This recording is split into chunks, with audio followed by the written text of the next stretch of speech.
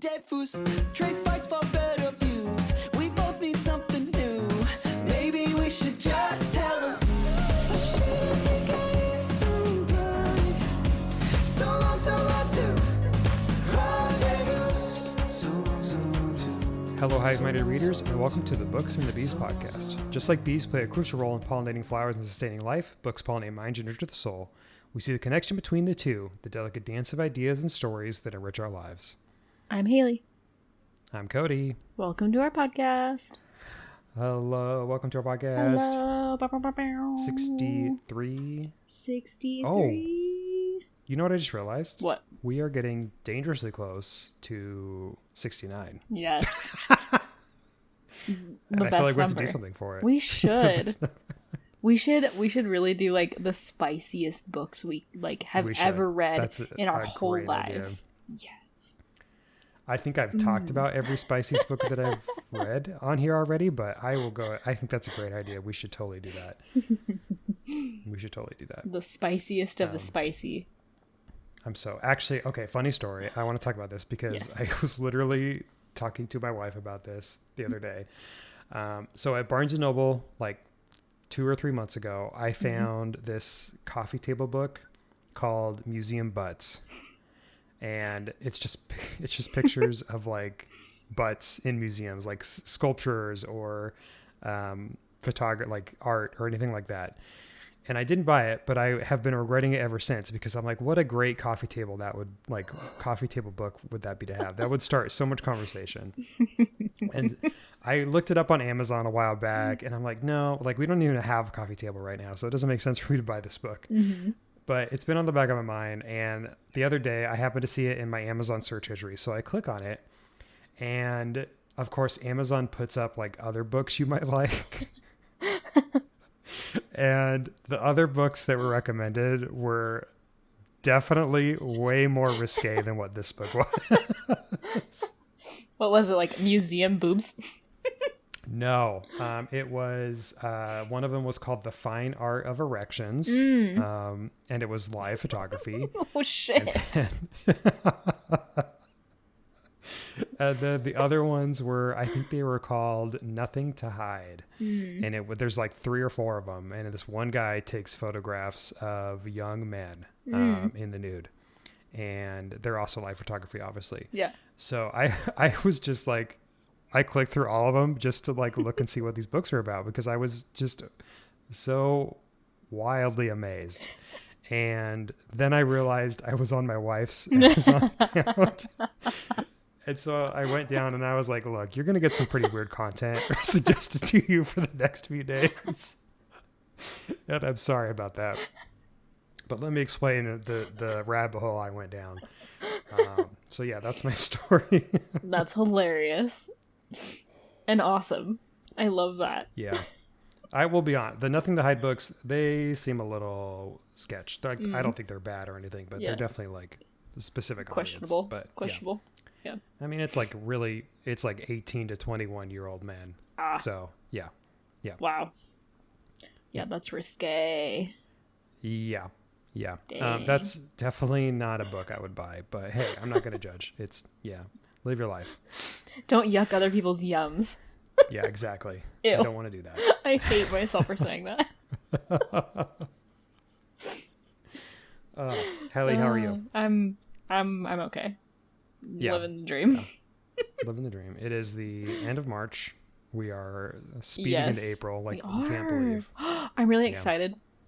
This is totally a tangent, but I'm really excited because I'm on, it's called the Better Together Committee or something along those effects for my work. And oh, great. It's basically just like recognition team, essentially, of like, doing random things throughout our organization to like, I don't know, like do recognitions and just like make people's days better.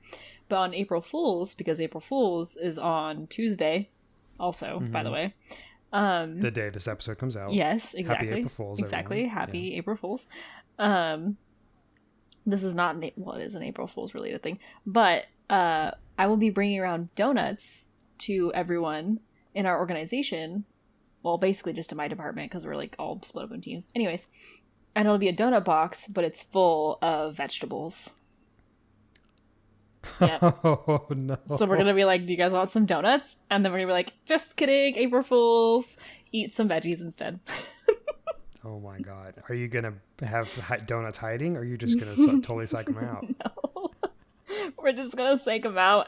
I feel obligated to like bring donuts though. Yeah. Because like, oh man, how mean. But also like, gotcha. Yeah, that's true. That is a good one, honestly. Yeah, someone on the committee. I thought you were gonna go the way of like putting, like, instead of having, I don't know, like a Boston cream pie, having like whipped cream or like shaving cream in it or something. I don't know. You know. One of the, which is probably worse. Yeah. Well, yeah, because you can't eat it. Like, at least you can eat a vegetable. That's probably a bad thing at work to do. They're like, well, I mean, to be fair, HR is involved, so they're aware of what's going on. You can do whatever you want then. That's yes, right. Okay. Exactly. Good. With their approval. Good. It's got the with their approval. HR stamp of approval. Exactly. Okay. Good. Yeah. Very excited. That's awesome. I'm so excited. Yeah. Can I steal this idea actually? Fuck yeah. I might do this for my work. Oh yeah. I probably won't. I'll probably forget all about it and not do it. But it is a really good idea. It is a good idea. I've never been a part of like a prank. Yeah, me either. Actually. Yeah. That's cool. Yeah. I'm excited. Happy April Fools. I don't celebrate at all. So. Yeah, usually me neither. Just, should put tape on your colleagues' mouses on the little sensor. And they'll be like, why isn't my mouse working? We all use laptops, though. Oh, well, just kidding. Actually, I'm the only one that uses a mouse. Oh. Oop. You're in the Stone Ages. I better check Tuesday morning. Yeah. Yeah, I know. I have to plug my laptop into a monitor so I can see, because I need the size. So then I use a mouse and a keyboard. Well, so I'm definitely old. Yeah. To be fair, trackpads suck. They do. Yep, they do. Yeah. You're right. Do you know what else sucks? What? The books we're not reading right now, but the books we are reading don't suck. Yes. Really turned that one around. I did. Thank you. Yeah, not my best. That's okay. I think every week I'm just like diving down. No, I think they're great, honestly. Do you want to start with what you're reading, Hailey? Yeah, because I'm not reading anything. Are you still doing Dream Girl drama? Yeah, still in it. I had every intention literally this week to like read, like take some time to just sit and read, and I have quite literally done nothing. I've played some Sims, I've watched some TV. Oh, hell yeah. What are you watching? Are you watching anything good? We can talk about that too. Sure. So I'm watching a few things. My husband and I are watching the old Daredevil that was on Netflix, and now it's on Disney Plus. Because love it. Marvel. And so that's been good. Very gory though. So much gorier than I thought it was gonna be. Which it's just I like an action-packed film, but the gore, why do we need to have like bones sticking out of like skin? That is tough. But the other thing that I'm watching is, so I do dabble in the animes. I do watch Animu, and I'm watching this show. It's called The Apothecary Diaries. Okay, I've heard of it. And it's really good. I've been watching it in subbed and dubbed, so English and with subtitles. And I just caught up to all the English episodes that are like dubbed in English. So now I'm like forced to watch it again in Japanese, which is not a big deal. I love watching with Japanese subtitles. It's like I pick up on the Japanese. But anyways, so it's basically like Sherlock Holmes if Sherlock Holmes was like a young woman in like feudal Japan, or maybe I almost kind of also looks like maybe like Chinese influence too, and not just like feudal Japan. But yeah, don't quote me on that because I'm not the greatest with like history and eras and shit. But yeah, it's very good. And yay. she's like this girl who is obsessed with like medicine and medicinal things and like using logic, and yeah, and there's a little bit of romance to it, just like a smidge, little sprinkle. Okay. Sprinkle of romance, Cool. but yeah, it's really good. Yeah, that sounds good. I've heard about it and it sounds good. It is sure. good. And I really like the art style. It's good art. Yeah. Yeah. Oh yeah. That's what I'm doing. Cool. Yeah. What books are you getting into? Well, I am actually a little bit out of my book slump, so I feel like I was kind of in a book slump for the last, honestly, like month, I would say. Maybe even like month and a half. And we talked about this last week, how really audiobooks have been the only thing I've been working on. Well, I started and finished a book called James by Percival Everett. This has been on my TBR since it came out. It is Barnes & Noble's top book of last year. And it is a Huck Finn retelling from the perspective of the slave. Jim he's called Jim in Huck Finn, but he calls himself James in this book. And it was really interesting. I haven't read Huck Finn in a really long time. I'm actually not even sure I read the full book, if I'm being completely honest. I feel like I read certain chapters for school, but I don't know if I ever finished it. Right. Or maybe I read Tom Sawyer. I don't know. Whatever. Something like that. But you don't need to read Huck Finn or know a lot about Huck Finn to follow the story. I think you can. I looked up it on Wikipedia after I finished this book, and I didn't feel like I missed anything. So keep that in mind. But it's told from the perspective of a slave man who is going to be sold, ends up running away to avoid being sold so that he can eventually go back and reunite with his family. And Huck Finn, through an interesting turn of events, ends up with him. And people think in the town they ran from that the slave Jim killed Huck Finn. And so now he's wanted for murder, even though he didn't kill Huck Finn. And he kind of gets through some weird scenarios, and it's really good. I won't get into too much more detail, but the most interesting part was Jim, or James, I should say, how I preferred to go by. He would kind of code switch when he was talking. So if he was talking to other slaves, he would actually speak very eloquent and, intelligent. And he taught himself how to read. He taught himself how to write. So he knew how to read and write. He was very intelligent, very well spoken, knowledgeable about a lot of things.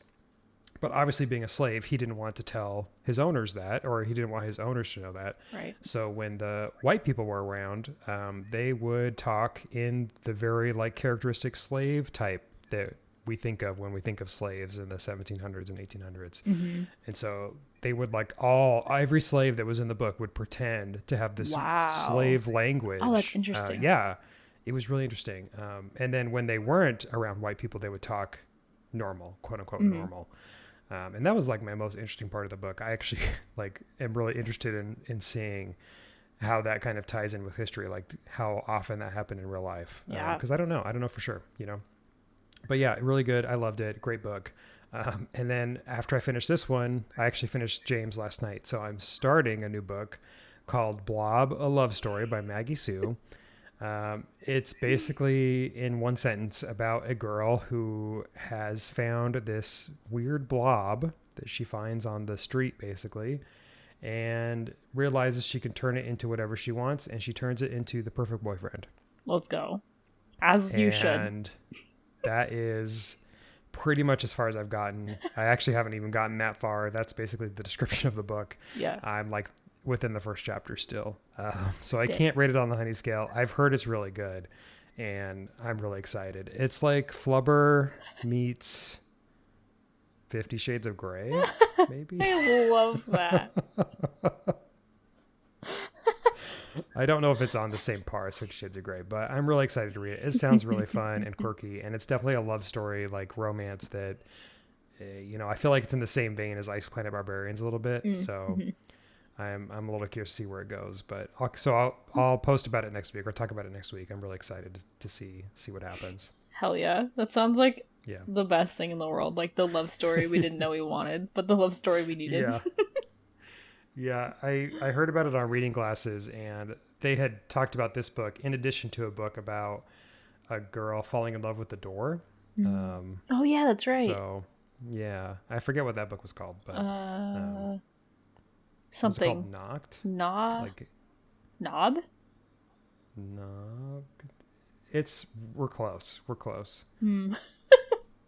I'd look it up, but I don't really want to. So I'm sure the listeners can figure it out. Go figure it out. I didn't read it. I don't think I want to read a book about a girl falling in love with the door. I'm going to be completely honest. But a girl falling in love with the blob, now that's something I am subscribing to. Oh my god, I love that. I love it too. I'm excited. All right. Well, we don't have any beekeeping today because we're both very busy and haven't looked up. I feel like this is also a weird time. Like, we're kind of in a lull with the book stuff, I want to say right now, where, I feel like we have a lot of good books come out recently, and now there's kind of a lull before the summer kind of takes off. So yeah, I agree. Not a lot of content. I do have a little bit of beekeeping, but it's mostly just personal. And that's just, you already know about it, but I guess our listeners I haven't mentioned, but I got into a master's program, so like that's kind of cool. Hell yeah. Congratulations. Thank you. I did know this, but congrats. Yes, thank you. Yeah. She's going to be a master. I'm going to be a master's, and... Not in a weird way. Not a bad way. Not in that way. I feel like we had to caveat that because we just talked about a slave book. Very I just don't want to link that together at all. And I'm white, so that's really not good either. Yeah, maybe I'll just cut this bit out after we say congrats. But that's really great. Are you excited? Thank you. Yes. And also, like, it's weird because the program that I'm doing, it's an online, like, accelerated program. So it doesn't follow, like, the normal cadence of, like, I can't remember if they're in semesters or trimesters or quarters or whatever the fuck. Why do colleges have different could be cadences? Anyone. It's weird. Could be. And it's crazy. It's so dumb. But anyway, so they have, like, they're called sessions. And when I was grabbing all of my courses, I was, like, asking my little coordinator person, I was like, what's, like, the normal, like, workload, like, course load for this program, like, for each session? And they're like, oh, like, most people do, like, 2 max. And I was like, 2 classes? That's it? They're like, yeah. And I was like, that seems like not a lot. Like, no offense, but, like, I feel like I was taking way more classes in my bachelor's and my undergrad, but I don't know. We'll see. So I'm taking 1 class. We'll see. And that's a good test, though. Yeah. Yeah. Is it designed for people who work, though? Like, who work 40 hours a week? Yeah. Yeah, that's probably why. Yeah, it's designed, it really is designed for people who are, like, currently working and still want to, like, get their master's. So it makes a little bit of sense. Yeah, when I was getting my PhD, I took a class in a different master's program. I took, like, a technical communications course because I wanted to kind of learn technical writing. And so it was an English master's class, even though, like, I wasn't getting the master's. I just took the class. Yeah. And a lot of them took only 1 credit, or not 1 credit, 1 class a semester. And yeah, because they all worked. And, for me, grad school was my whole job. So that's just all I did was grad school. But yeah, it makes sense when you're working a separate full job and then doing classes in the evening to maybe take 1 or 2. Yeah. How long are the sessions? Do you know? I don't remember. I think they're shorter, though, for sure. Yeah.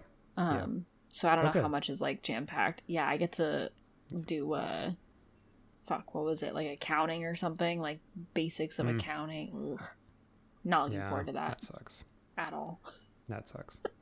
Yeah, I don't blame you. But I'm gonna get through it. I'm gonna do it, and then I can have a master's, and then after my name I'll have 2 credentials. Hell yeah. Is it an MBA? Yeah. Do you want to say that on it's on the pod? yeah, I don't care. It's an MBA. Yeah. Okay. Yeah, sweet. Yeah, let's go. Hell yeah. But that was I just read an article about MBAs are back in. That's really what the name of the article was. Interesting. So, yeah, it was on LinkedIn. Maybe I'll send it to you if I remember. Yeah. But, yeah. Interesting. But also I get it, but boo, because science is better. Just saying. I have a bachelor's in science, so I can say that. Yeah, that's true.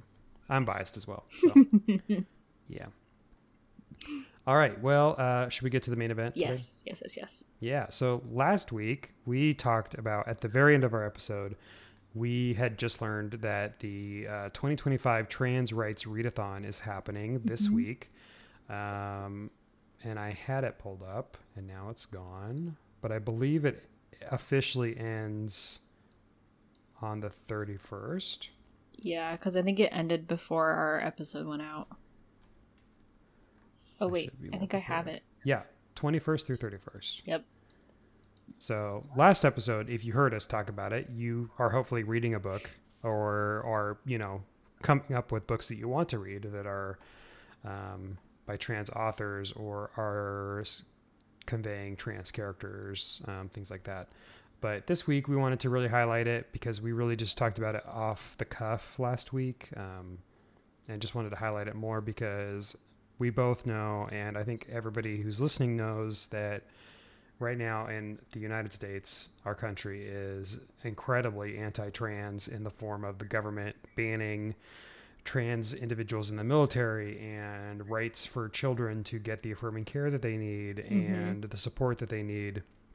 And states are repressing not just trans, but all members of the LGBTQ community, basically. But of course, we're highlighting trans this episode. And so it's important to think about this and to read books that support those authors and support those stories, because there could very well come a time where these stories are not allowed to be read anymore. I hope not. I really do hope not. I don't want to fearmonger. I don't think that's going to happen in our country. At least I really hope it doesn't, but you never know. Yeah, I know. Yeah, the atmosphere has definitely changed, like, pretty drastically in the last, I'd say, month. Our like climate's been a bit more hostile towards like any othered people, which is really shitty. Because as we know, like, trans people are people too. Trans women are women. Trans men are men. Yep. Yeah. Non-binary people matter. Yeah, non-binary. They, thems, undecideds. Yeah. You just don't know. That's cool too. It is. It's really tough. I think it's just, I don't know. I felt like we did really well in the last decade pushing forward with these issues, and then to take such a gigantic step back.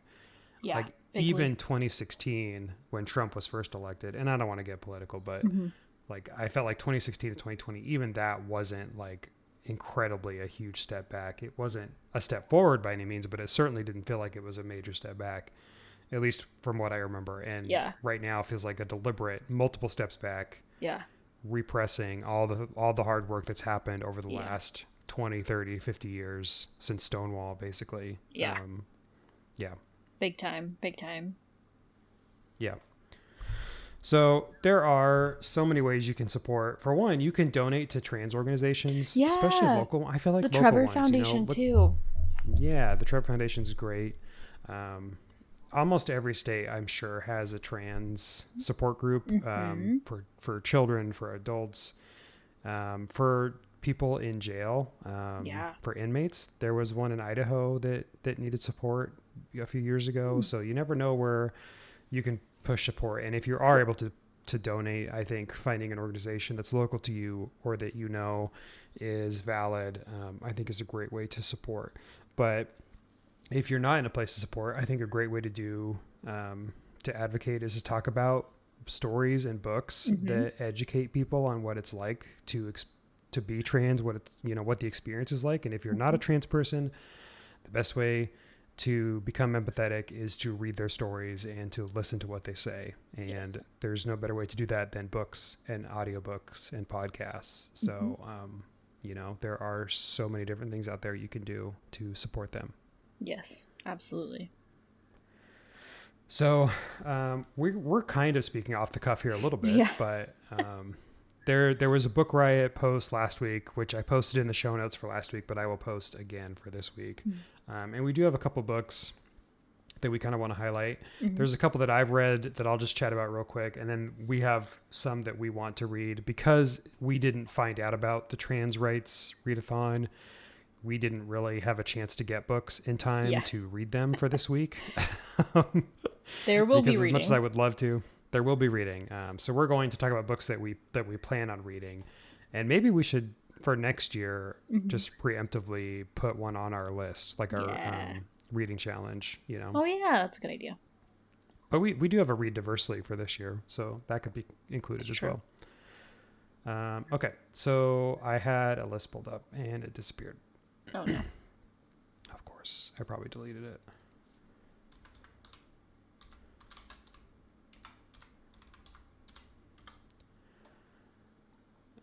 Okay, so there are a couple books that I've read that I wanted to talk about. One is called Light from Uncommon Stars by Ryka Aoki.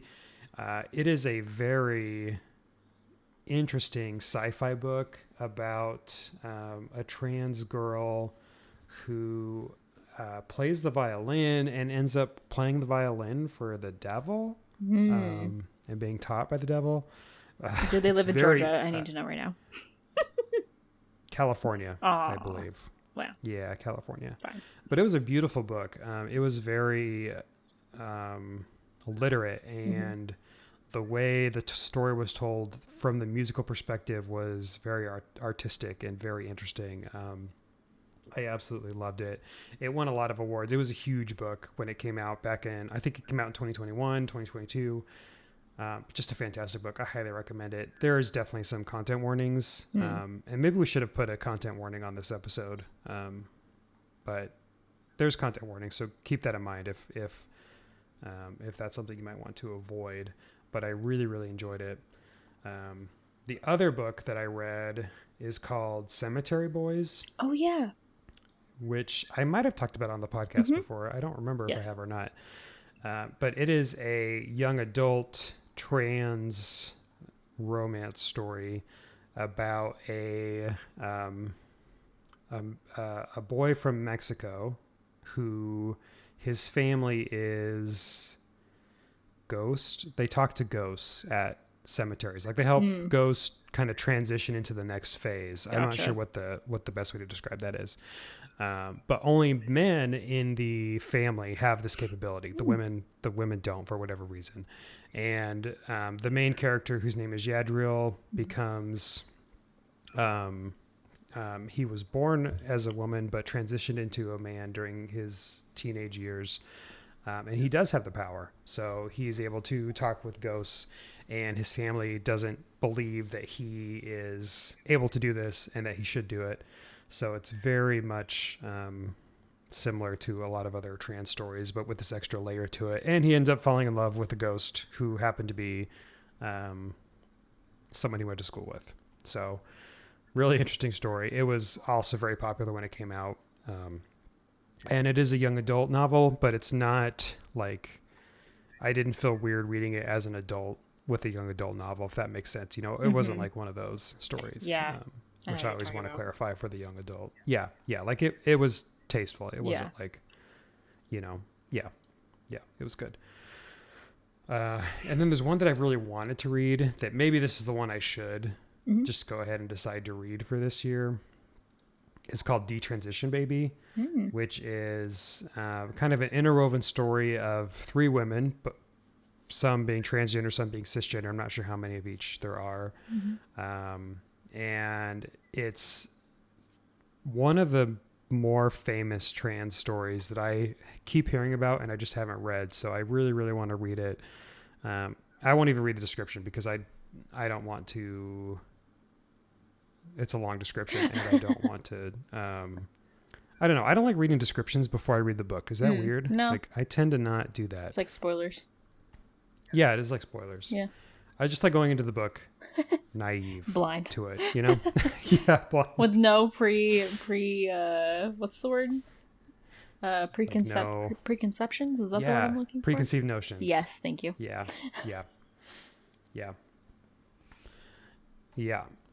So yeah, I definitely want to read that one. And there's also quite a bit of nonfiction as well. There's so many trans memoirs. Mm-hmm. Transmission, My Quest to a Beard is a very popular memoir by Alex Bird. I love that. Transgender History by Susan Stryker is a good one. Yeah, this looks like a really good memoir, actually. I might read that too.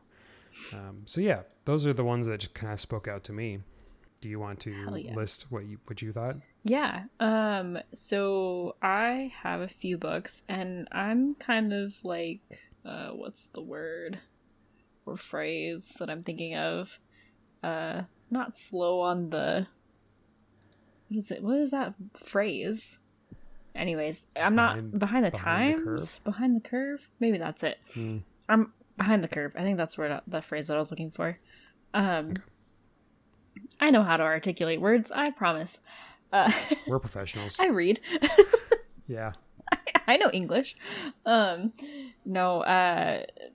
where, like, it's not that I don't read these on purpose. It's just that, like, I don't know, like, I don't want to say that it's like, oh, they're not available or I don't see them very often, because, like, that's dumb. Because, like, of course they're out there. There's plenty. But just to clarify this point, I think that is a good valid point, because I do think they're not out there as often. Yeah. Because I don't think that literary venues are necessarily touting it as much as they are regular books, right? So Fact. Bookstores and publishers and all that stuff, they're not touting these books like they should be. So I do think that that's a big part of it. Why a lot of people haven't read a trans book yet. Yeah, and a lot of them are indie authors, and as we know, a lot of big publishing places do not push indie authors. So, kind of like, I guess I'm not doing my due diligence as someone who is cisgender. I'm not heterosexual, but but like, I think that as a cis woman, like, I think that it's up to me to do my due diligence to go, like, seek out these types of books. The same way that, like, as a white woman, I also seek out, like, POC books, Like, that's kind of what I need to do. Sorry, male authors, you just won't ever make the cut. I'm so sorry. I'm a woman author reader through and through. Yeah. Especially like for romance. We talked about this last week too, I think. We did. Yeah. If you listen to the podcast for any amount of time, you know my stance on that. But not to say that thems also don't matter to read. The pairing, Casey McQuiston. The pairing by Casey McQuiston is another example. Yeah. Mm-hmm. You'd love that book. I know you would love that book. Really? Okay. I'm going to put it on my list. It's a really good book. But so anyways, in a very roundabout way of me explaining that, I picked a few books that I saw because I looked up. Okay, so not gonna lie. I looked up like trans books, trans authors, or romance books. Trans romance books. There we go. Sorry. And I don't know why, but Google took me to a website called Meet Cute Bookshop, which is adorable, and I love that. And they have a section for trans romance, which I think is really cool. Yeah. And that is good. Yeah, so the page is it says a roundup of great romance novels with trans main characters. That is trans men, trans women, genderqueer, non-binary folks, and people living in time periods with a different vocabulary entirely who we think would count themselves in on this list if they were real people and could be asked. Which I love that. So one of the ones that caught my eye, because as we know, I am a Western romance girly. And this one, it's called They Ain't Proper, by M.B. Guel, I think. It's Guel, who is a they, them, it looks like, just by their Goodreads, like, profile bio thing, on the, like, Goodreads website. And They Ain't Proper is a 1880s Wild West.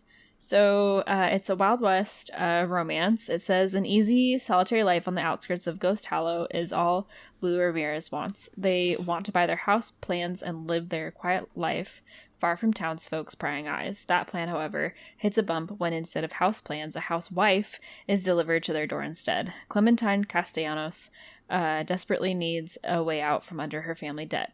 And it seems as though selling her services as a wife is the only way to do it. Expecting a rough, harsh man to be her new husband, Clementine is pleasantly surprised to instead be dropped off at the ranch of an equally surprised Lou. Lou would rather Clementine leave them to their lonely existence, but Clementine is too charmed by the quiet Oh my God. I know, by the quiet and mysterious rancher to give up. She may have come into Lou's life easily, but she certainly isn't planning to leave that way. Undeterred by Lou's prickly demeanor, Clementine is determined to get her reluctant spouse to open up to her. When the past comes back to haunt the pair, the fight for their independence and their love may become more deadly than either of them ever expected. Wow. Yeah.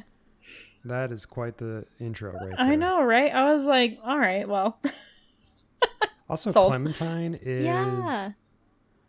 Was there a book... Mm-hmm. Was the Lost and Lassoed Mhm. a Clementine? Yeah, Lost It and was, Lassoed. Okay. I was going to say, I know I read a book Yeah. that the protagonist was a Clementine. Mhm. Clementine, Okay. which I kind of love that name. Like, just saying. I do too. It's a very cute Yeah, name. It's a good name. Yeah, it is. But yeah, so that was one of the books. And then there was another one also on that list, and it's called The Prospects by KT Hoffman. And it looks like a sports romance, so I'm sold. Oh, let's go. Sold. And maybe a baseball romance, which, as we know, I'm not like the biggest fan of Oh. baseball, but like a sports romance is a sports romance, okay. Baseball season did just start, so Oh shit! tis the season. It did. You know what? I've been sorry. This is total tangent, but I've been having a lot of hockey on my TikTok lately. I don't know how I got there, but I'm there now, and I'm here for it. I would like to Let's stay on the hockey There you go. on the hockey talk. Heck yeah. Heck yeah. But yeah, so this one also looks really good. It's looks like it's it says hold on. Okay. The pressure cooker of minor league baseball leads to major chemistry in this exhilarating, sexy, and triumphant rivals to lovers debut romance, which like I love an enemies to lovers, rivals to lovers. Yes. Hope is a familiar territory for Gene Ionescu. I'm so sorry, I'm mispronouncing that. He has always loved baseball, a sport made for underdogs and optimists like him. He also loves his team, the minor league Beaverton Beavers. Sorry, I love that. That's so good. And for the most part, he loves the career he's built. As the first openly trans player in professional baseball, Gene has nearly everything he's ever let himself dream of. That is until Luis Estrada, Gene's former teammate and current rival, gets traded to the Beavers, destroying the careful equilibrium of Gene's life. Gene and Luis can't manage a civil conversation off the field or a confident play on it, but in the close confines of dugout benches and roadie buses, they begrudgingly rediscover a comfortable rhythm. As the two grow closer, the tension between them turns electric, and their chemistry spills past the confines of the stadium. Dang. Yeah. That sounds really good. Yeah. There's more to the thing, but that's too long. Sorry. It's on the back of the book. I'm sure they can find it. Yeah, go find the book. Go buy the book. Support an author. Yeah, there you go. And then go read it and then tell me how like awesome it was. I don't know. Yeah. Perfect. And then there was another one called Single Player by Tara Tai. I hope that's Tara and maybe not Tara. Could be Tara. But I just really like the cover, to be completely honest. Which I think, as we know, that's fair. That's how we roll here.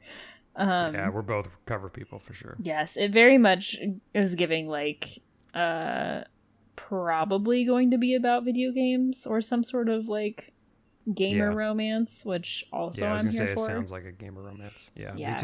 Me too. I would read that for sure. Hell yeah. If it's that, yeah. Yeah, and like I really love the color of the book background. I'll show you. Oh, I've seen this book. Have you? Now that I have. I've seen this in the wild. In the wild? It might even be on my TBR. Yeah, pretty sure gosh. I've like walked by it. Yeah. But yeah, looks really good. It does look really good. I don't know if if you want me to read the description. It's up to you. Okay. It's up to you. Well, I feel like I did it for the other one, so I might as well do it again. Yeah, that's fair. My apologies to the listeners. So it says 2 video game creators go head to head in this delightful queer enemies to lovers. Listen, fucking, I can clock an enemies to lovers, okay? Like, let's go. Yep. Enemies to lovers workspace romance debut. Kat Lee cares about 2 things: video games and swooning romances. The former means there hasn't been much of the latter in her real life, but when she lands her dream job writing the love storylines for Compass Hollow, the next big thing in games, she knows it's all been worth it. Then she meets her boss. Oh shit, a boss? Oh no. The infamous Andy Zhang? I don't know how to pronounce the last name, I'm so sorry. Who's not only an arrogant hater of happily ever afters, determined to keep Kat from doing her job, but also possibly annoyingly hot. As Compass Hollow's narrative director, Andy couldn't care less about love in game or out. After getting doxxed by internet... Oh my gosh, listen. Doxing. Bad. After getting doxxed by internet trolls 3 years ago, Andy's been trying to prove to the gaming world they're a serious game dev. Their plan includes writing the best game possible with zero lovey-dovey stuff. That is, until the man funding the game's development insists Andy add romance in order to make the story more appealing to female gamers. Forced to give Kat a chance, Andy begrudgingly realizes there's more to Kat than romantic idealism and, okay, a cute smile. But admitting that would mean giving up the single-player life. Oh my god, get away from me. Sorry. That's a little corny. But that's okay. I'm so sorry. We'll let it slide. That's just my natural reaction to anything that's corny is get away from me. A single-player life that has kept their heart safe for years, and when Kat uncovers a behind-the-scenes plan to destroy Andy's career, the two will have to put their differences aside and find a way to work together before it's game over. Dang. I'm into that. That sounds really good. Yeah. Oh, and it was just published in January of 2025. Let's go. Oh. Yeah. Then maybe I didn't see it in the wild. I thought I saw it like last year before I moved. Oh, shit. I must have seen it. It's probably on my Goodreads, like TBR. Yeah. Because I've definitely seen the cover before, and I probably like looked through new releases or something and saw it. I wonder if we like talked about this in the new releases episode. I don't think so. Okay. The title sounded familiar. I think we do remember. Yeah. Yeah, the title is familiar. But yeah, so that's... Yeah, that sounds really good. Yeah, those I might read that book, honestly. And then I just remembered, I'm such an idiot, and I haven't finished it yet, but Cleat Cute has a freaking... I can't remember if it was a trans individual or a non-binary individual off the top of my head. But one of the characters I know for a fact is... I want to say transgender, but I cannot remember. I need to finish that book really bad. I should do that. I'll do that this weekend. Yeah. There you go.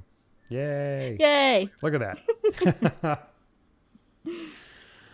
Yeah, I've heard really good things about that book too. So, obviously. Hell yeah. Yeah. Well, we would love to see and hear what you're reading about. Obviously, we're here to support the trans books and the LGBTQ books. Yes. So, whatever you're reading out there, let us know. Happy Trans Right Readathon, everyone. Yes. I think maybe we'll put this on our calendar for next year to be more on track with. And now that we know about it, perhaps next year we can do like a co-read or something with it. I think that would be really fun. So, yeah, that'd be great. That'd be so much fun. And if you want to let us know what you're reading, you can do that with our email account. It's booksandbeespod@gmail.com. You can Instagram us at booksandthebeespod. I don't think people say Instagram us, but that's what I've been saying, so I'm just going to go with it. Yeah, you can find us on the gram. Find us on the gram. And if you like us and want to support us, you can give us a 5-star review on your podcast listening app. Whatever you're using to listen right now, all you have to do is just go to the app and then click on the stars and then click on 5 stars and then go away from it, and that'll be it. It takes like 10 seconds. You could have done that while I did it, probably. If you just followed the steps I told you, I think you'd get We just there. gave you a tutorial. Yes. It's all the apps are exactly the same.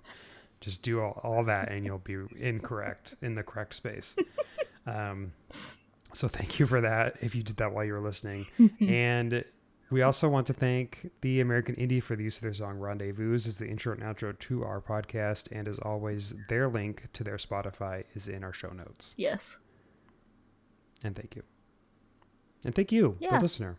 Yeah. Thanks for sticking around. Thanks for listening. Thanks for sticking around. 63 episodes in. Hell yeah. Rolling right on to 100. Yeah, and if you're new, like, welcome. Yeah, if you're new, where have you been this whole time? Where have you How dare been? you? Yeah, where have you been? Bella, where have you been, Loka? Sorry. Actually, I think it's where the hell have you been? But yeah. Where that? Yeah, that's true. That's true. So sorry. Fake fan. Yep, fake fan. Fake fan. Okay. Well, are we ready to wrap up? Okay. I think so. Okay. Yep. Well, we hope you enjoyed this literary journey as much as we did. If you're buzzing with excitement, don't forget to subscribe, email us, and leave a Hive 5-worthy review on your podcast listening app. Until next time, happy reading, and may your shelves be filled with tales as enchanting as a blooming garden. Keep the buzz alive, and we'll catch you in the next chapter. Bye for now. Bye.